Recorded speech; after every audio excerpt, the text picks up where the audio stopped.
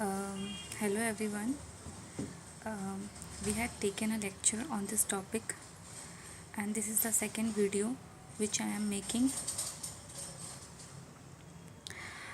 Last class में हमने देखा था कि पहले बहुत कम एलिमेंट्स थे जो डिस्कवर हुए थे, around 31 elements, and later on काफ़ी ज़्यादा एलिमेंट्स धीरे धीरे डिस्कवर हो गए थे.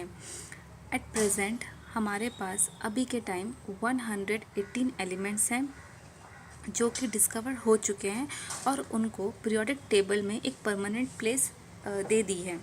ठीक है, तो जब एलिमेंट्स डिस्कवर हुए थे तो कौन कौन सी अप्रोच डिफरेंट साइंटिस्ट ने ली थी एलिमेंट्स को एक टेबुलर फॉर्म में अरेंज करने के लिए. तो हमने लास्ट क्लास में देखा था कि डिफरेंट साइंटिस्ट थे जिन्होंने अपनी अपनी अप्रोच ली थी एलिमेंट्स को अरेंज करने के लिए, और जिस तरीके से एलिमेंट्स को अरेंज किया गया था उससे बाकी साइंटिस्ट ने आइडिया लगाया कि अच्छा, मतलब हम इन प्रॉपर्टीज़ को एज्यूम कर सकते हैं. जो मेन टर्म आपको याद रखना है वो है एटॉमिक मास. एटॉमिक मास एक इनिशियल क्राइटेरिया था जिसके बेसिस पे एलिमेंट्स को अरेंज किया गया था. इसीलिए जब भी आप स्टार्टिंग में पढ़ेंगे, डोबेर्नियर के बारे में पढ़ेंगे या न्यूलैंड्स ऑक्टेव्स के बारे में पढ़ेंगे, ये सब साइंटिस्ट के बारे में जब आप स्टडी करेंगे अपनी बुक में, तो आप देखेंगे कि सब ने जो एक कॉमन क्राइटेरिया लिया था वो लिया था एटॉमिक मास. एटॉमिक मास के बेसिस पे साइंटिस्ट ने एलिमेंट्स को अरेंज किया था. अब जब एलिमेंट्स डिस्कवर हुए थे उस टाइम सिर्फ एक फिज़िकल प्रॉपर्टी थी जिसके बेसिस पे एलिमेंट को metals, non metals and metalloid के बेसिस पे क्लासिफाई किया गया था. लेकिन लेटर ऑन साइंटिस्ट ने देखा कि ये जो एलिमेंट्स थे फिज़िकल प्रॉपर्टीज़ के साथ साथ इनकी केमिकल प्रॉपर्टीज़ भी होती हैं जो ये जिसके बेसिस पे हम इनको क्लासिफाई कर सकते हैं. तो जिन एलिमेंट्स की केमिकल एंड फिज़िकल प्रॉपर्टीज़ कहीं हद तक सिमिलर थी उनको सेम ग्रुप में प्लेस किया गया. अब जब एलिमेंट्स को प्लेस किया गया था तो काफ़ी साइंटिस्ट की जो अप्रोच थी वो फेल हो गई थी. फेल हो गई थी. तो हम देखेंगे कि उसका रीज़न क्या था. अब जब क्वेश्चन एग्ज़ाम में पूछते हैं आपसे, आपको पार्ट्स में पढ़ाई करनी है, क्योंकि आपसे मैंने पहले ही कहा था प्रीवियस वीडियो में कि जब आप स्टडी करेंगे सबसे पहले आप अपने एक्सरसाइज के क्वेश्चंस को एक बार देख लें. माइट भी कुछ क्वेश्चंस ऐसे होंगे जो आपको समझ आएंगे, कुछ क्वेश्चंस नहीं आएंगे, लेकिन उसमें एक टर्म रहेगा. जैसे सपोज आयोनाइजेशन आ रहा है टर्म, अगर डोबेर्नियर आ रहा है तो आपने वो वर्ड पढ़ा है और आपको पता होना चाहिए बुक में कि वो वर्ड आपने कहाँ पढ़ा था. एटलीस्ट आपको बाद में याद करने के लिए उसको बाय हार्ट नहीं करना पड़ेगा कम्प्लीटली. आप उसको अंडरस्टैंडिंग के साथ जब आप अपने आंसर शीट में लिखोगे आंसर, तो आपको ऑटोमेटिकली वो चीज़ें रिकलेक्ट होनी चाहिए, ना कि उनको बर्डन के थ्रू या ज़बरदस्ती आप उनको लर्न करें. ऐसा कुछ नहीं होना चाहिए.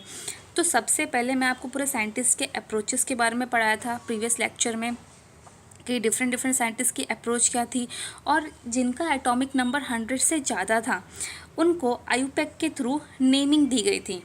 अब आयुपेक का फुल फॉर्म क्या है? The full form for IUPAC is international union of pure and applied chemistry, that is IUPAC, international union of pure and applied chemistry. ठीक है, इसके बेसिस पे एलिमेंट्स को एक फ़िक्स नाम दिया गया, क्योंकि हर एक साइंटिस्ट, हर एक कंट्री अपने अपने बेसिस पे अपने क्राइटेरिया के हिसाब से एलिमेंट को नेमिंग कर रही थी. तो आयुपेक ने क्या किया, एक स्टैंडर्ड जो रूल्स रेगुलेशन होते हैं उसको फॉलो करके उन्होंने बोला कि नहीं, ये परमानेंट नेम है और इसके बेसिस पे सबको यही फॉलो करना है पैटर्न. नाउ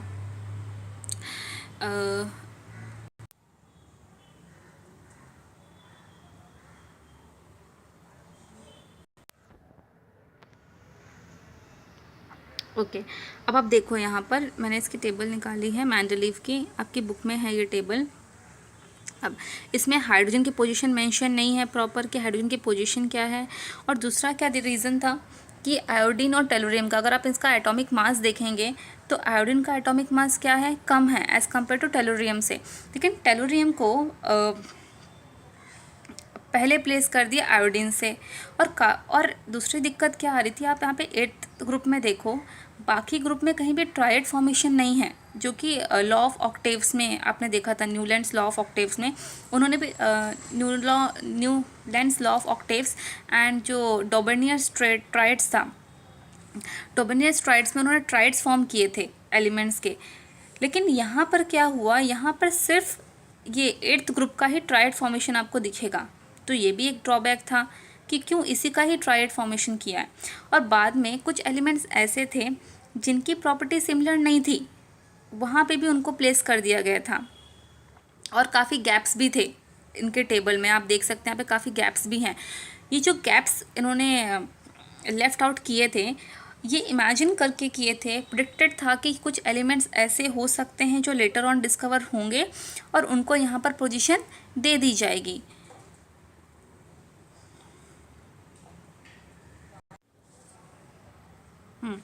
तो ये एलिमेंट्स को आप देख लेना, जितने भी आपको डिफेक्ट्स याद होते हैं 3 याद कर लो मैक्सिमम, ज़्यादा याद करने की ज़रूरत नहीं है। और आइसोटोप्स थे, उनके लिए कोई प्रॉपर पोजीशन उन्होंने मेंशन नहीं की थी, सेपरेट पोजीशन उन्होंने मेंशन नहीं की थी। अब आप देखेंगे, और लेंथेनाइट और एक्टिनोइड्स जो थे उनको सेपरेट बॉटम रो में प्लेस किया गया था, कोई प्रॉपर पोजीशन नहीं दी थी उनको, और कोई रीज़न भी उन्होंने मेंशन नहीं किया था कि क्यों इस तरीके से उन्होंने प्लेस किया है, बस प्लेस कर दिया गया था उन एलिमेंट्स को। अब हमने देखा था कि ये सब तो हमने अप्रोचेस पढ़ ली कि किस तरीके से डिफरेंट साइंटिस्ट ने अपनी अप्रोच डाली थी एक पीरियड को, एक ऐसी पीरियड को डेवलप करने के लिए जिसको हम स्टडी कर पाएँ, एलिमेंट्स की प्रॉपर्टीज़ पढ़ पाएँ, और हमारे लिए वो इजी रहे कि हम हर एक एलिमेंट को सेपरेटली एक साथ उनकी प्रॉपर्टीज़ को स्टडी कर पाएँ।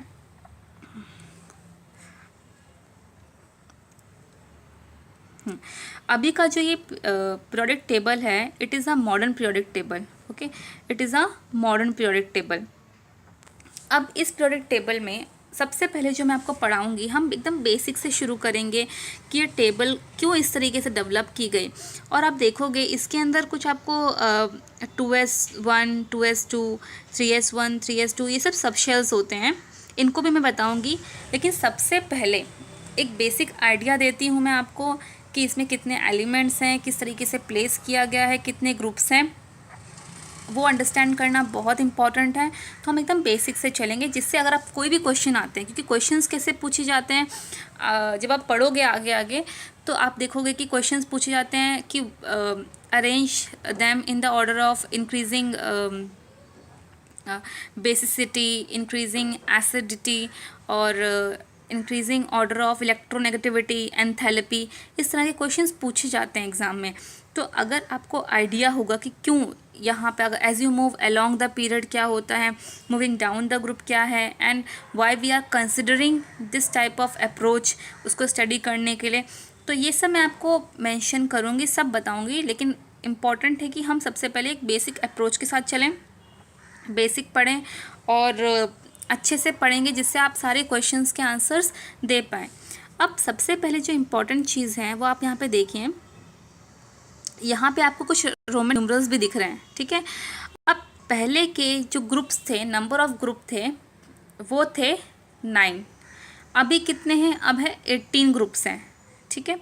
अब मेंडलीव ने क्या किया था, मेंडलीव ने पीरियोडिसिटी फॉलो की थी। पीरियोडिसिटी क्या था, periodicity in properties, it means कि एलिमेंट्स की जो प्रॉपर्टी थी वो कुछ टाइम के बाद, एक सर्टेन इंटरवल ऑफ टाइम के बाद रिपीट हो रही थी, इसको हम बोलते हैं पीरियोडिसिटी। अब कितने पीरियड्स हैं, कितने ग्रुप्स हैं इसके अंदर 18 ग्रुप्स हैं। मेंडलीव की ये रिवाइज्ड पीरियोडिक टेबल है जिसमें वर्टिकल कॉलम्स हैं एंड हॉरिजॉन्टल रोज हैं। वर्टिकल कॉलम्स को हम ग्रुप्स बोलते हैं, ये जो वर्टिकल कॉलम्स हैं, ये जो वर्टिकल कॉलम्स हैं, वर्टिकल कॉलम्स, इनको हम बोलते हैं groups, and as you move along इसको बोलते हैं हॉरिजॉन्टल, जिसको हम बोलेंगे पीरियड्स। तो कितने पीरियड्स हैं यहाँ पर,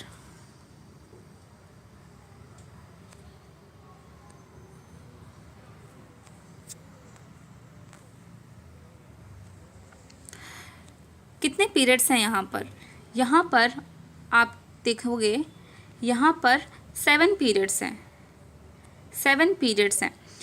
अब इन पीरियड्स को ऐसे क्यों प्लेस किया गया, क्यों इनको 7 ही बोलते हैं हम, क्यों इनको 7 ही बोलते हैं? ठीक है, अब देखो सबसे इम्पोर्टेंट स्टार्ट करेंगे हम ग्रुप से, पहले स्टार्ट करते हैं।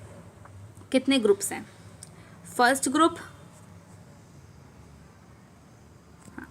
as you can see this is the first group, second group, third group, fourth group, fifth group, sixth group, seventh group, eighth group, ninth group, 10th group, 11th group, 12th group, as on you will get different groups।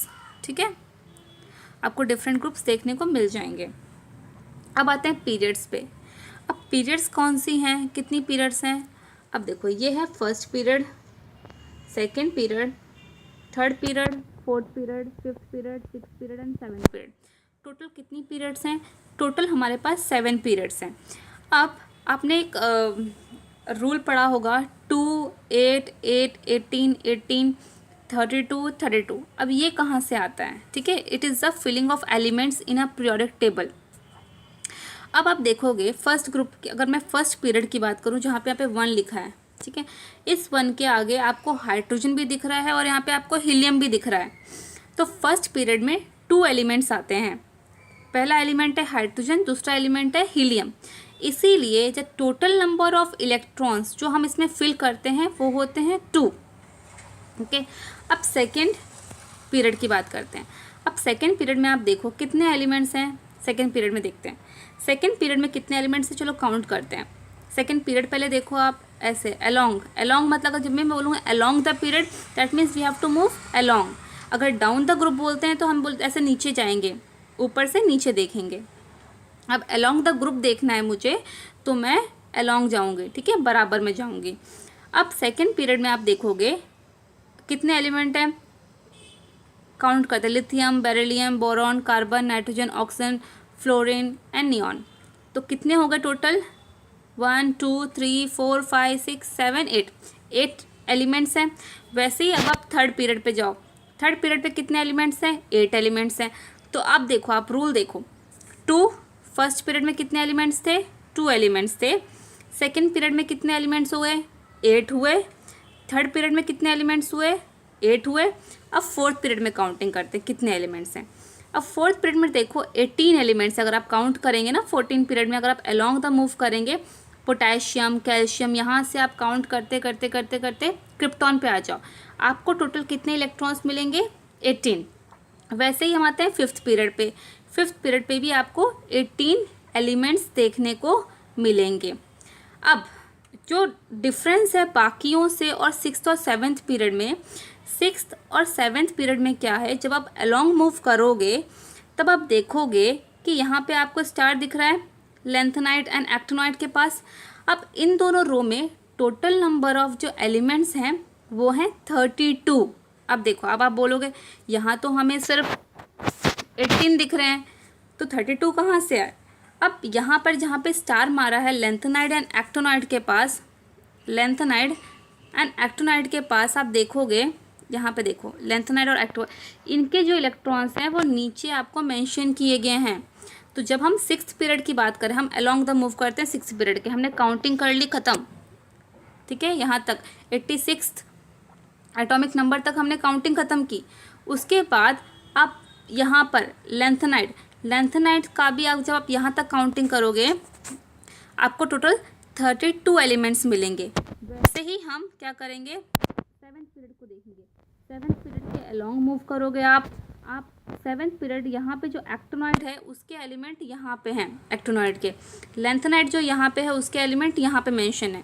तो इनके जो in between के जो elements थे वो नीचे at the bottom, जो main periodic table है उसके बॉटम में प्लेस किया है इनको। अब क्यों प्लेस कर दिया? क्योंकि अगर इन एलिमेंट्स को यहाँ पर इनकी पोजीशन दी जाती, ग्रुप 3A के नीचे अगर इनको प्लेस कर दिया जाता या अलोंग द पीरियड प्लेस कर दिया जाता तो इस पूरे टेबल डिस्टर्ब हो जाती, और फिर पूरे टेबल डिस्टर्ब हो जाती तो जो प्रॉपर्टीज़ के बेसिस पे, फिजिकल और केमिकल प्रॉपर्टीज़ के बेसिस पे इन्होंने अरेंज किए थे एलिमेंट्स को, वो पूरा प्रोसीजर डिस्टर्ब हो जाता। इसीलिए फॉर सिंप्लिसिटी और for easy way of studying, इसलिए इनको एक बॉटम में एक्टिनोइड्स एंड लैंथेनाइड को अलग से प्लेस कर दिया इन्होंने, ठीक है। अब इतना हमने समझा है।